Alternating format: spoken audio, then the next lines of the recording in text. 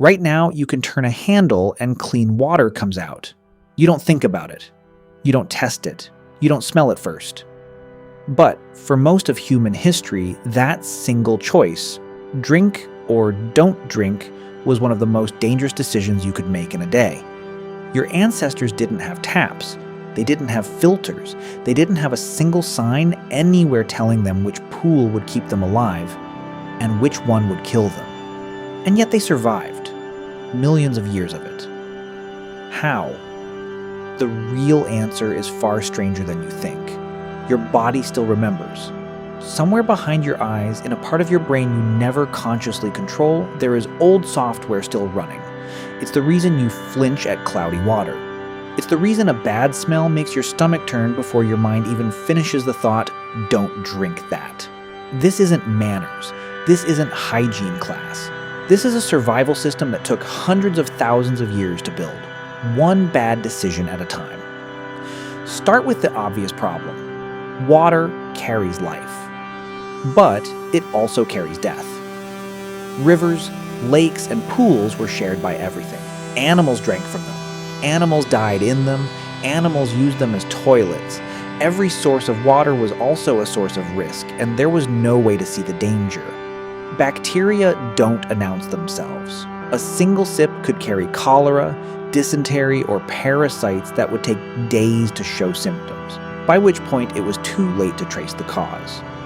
So what did early humans actually do? They watched.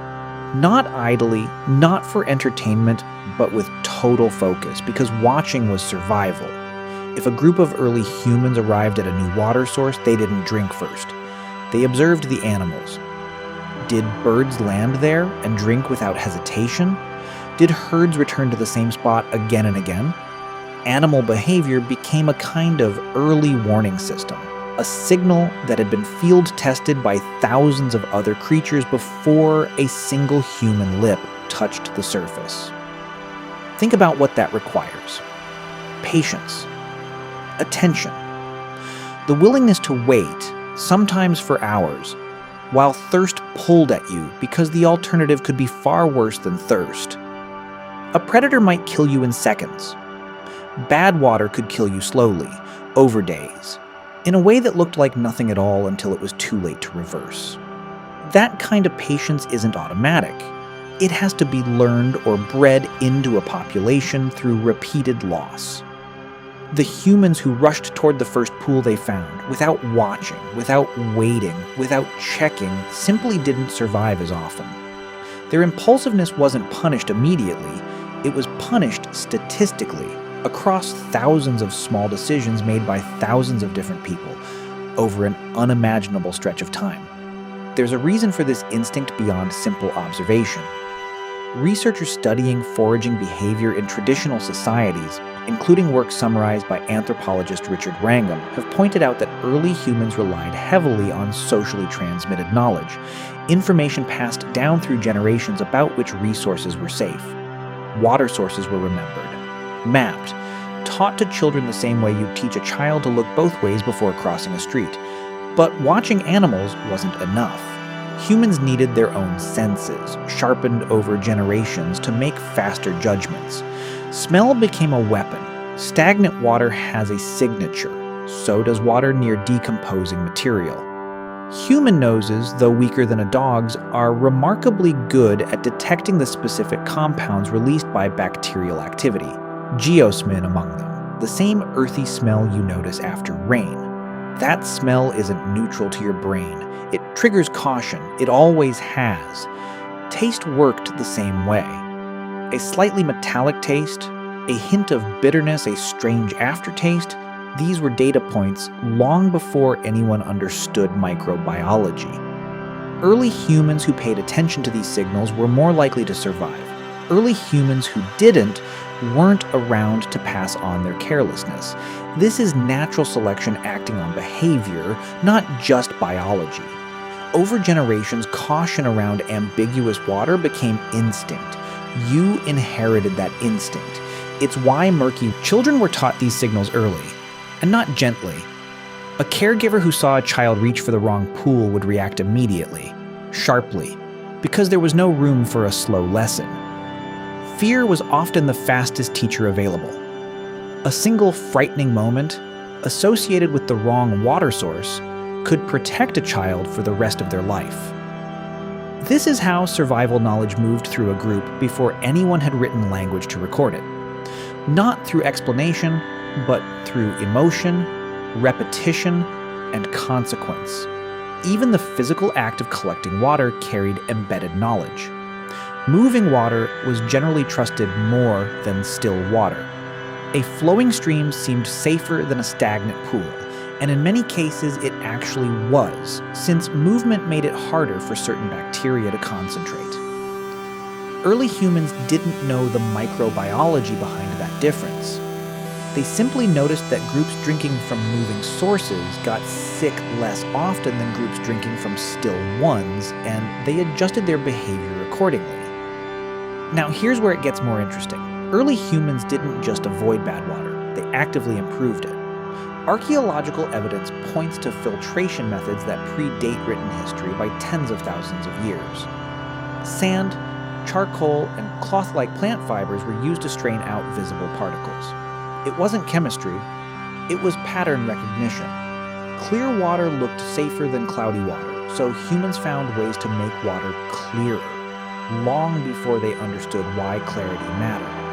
Some of the clearest evidence for early water management comes from research into ancient Southwest Asia and Africa, where anthropologists studying Paleolithic campsites have found that human settlement patterns consistently clustered near dependable freshwater sources, not just for convenience, but because unreliable water meant unreliable survival. A study led by archaeologist Sally McBrearty, examining Middle Stone Age sites in Africa, noted that proximity to fresh water was one of the strongest predictors of long-term habitation. In other words, water didn't just keep humans alive day to day, water shaped where humans chose to live at all. Boiling came later, but it changed everything once it arrived. Once humans mastered fire reliably, they discovered, likely through trial and painful error, that heating water made it safer. They didn't know about pathogens. They didn't know boiling killed bacteria. What they knew was simpler. Water that had been through fire seemed to make people sick less often. That observation alone, repeated across generations, became one of the most important health practices in human history. Think about what that means.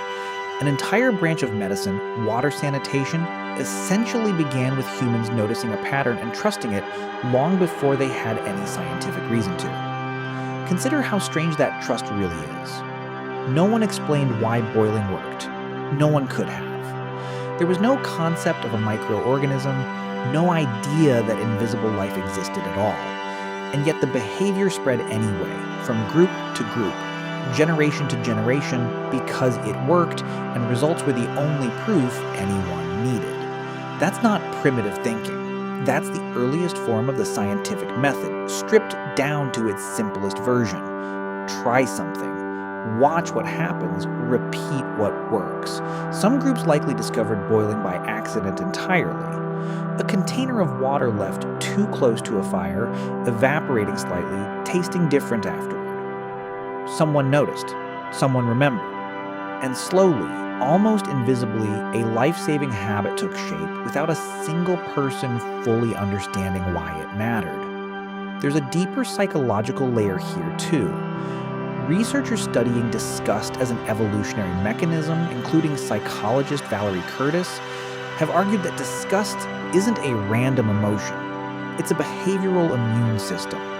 The instinctive recoil you feel toward foul smells, slimy textures, or discolored liquid evolved specifically to keep you away from things statistically likely to make you sick. Water was one of the primary training grounds for that emotion. So the next time something smells off and your stomach turns before you've consciously decided anything, understand what's happening. That's not squeamishness. That's hundreds of thousands of years of ancestors who didn't ignore that feeling, passing their caution down to... Communities also developed social rules around water, long before anything like a government existed. Certain water sources were reserved for drinking only. Others were designated for washing or for animals, physically separated to avoid contamination. This wasn't written policy. It was survival knowledge enforced by elders, reinforced by consequence. Break the rule, drink from the wrong source, and you risked your life and possibly the lives of your entire group. Groups that respected these unspoken rules thrived. Groups that didn't often didn't last long enough to matter. These rules also shaped where people were allowed to settle, and even how conflicts between groups began. Access to a reliable, clean water source was worth defending. Some of the earliest recorded tensions between human groups likely centered not on land in the abstract, but on control of a specific spring, a specific stream, a specific place where water could be trusted. Water wasn't just a resource, it was leverage, protection, and in some cases the entire reason a group chose to stay somewhere generation after generation instead of moving on. Isn't it strange to think that clean water access, something you now expect as a baseline right, was once one of the most carefully guarded pieces of survival knowledge a community could possess? By the time early civilizations began building wells and irrigation channels, humans weren't inventing water safety from nothing. They were formalizing tens of thousands of years of instinct, observation, and hard-earned trial and error into physical infrastructure. The well didn't create the idea of clean water. The idea of clean water created the well, and that instinct never left you. It's why you still glance twice at a glass of water that looks slightly cloudy. It's why a strange smell from your tap makes you pause before drinking, even if you can't explain exactly why. It's why bottled water still feels safer to some people, even in places where tap water passes every test available. Your body isn't reacting to modern science. It's reacting to a system built long before science existed, one shaped entirely by consequence. You live in a world where clean water arrives with almost no effort, a turn of a handle, a press of a button. No observation required, no waiting, no risk calculation. But somewhere underneath that convenience, the oldest part of your brain is still doing the job it was built for. Still watching, still checking, still deciding, drink or don't. Tonight, when you fill a glass without a second thought, remember what that simple act used to cost. For nearly all of human history, it wasn't a habit, it was survival.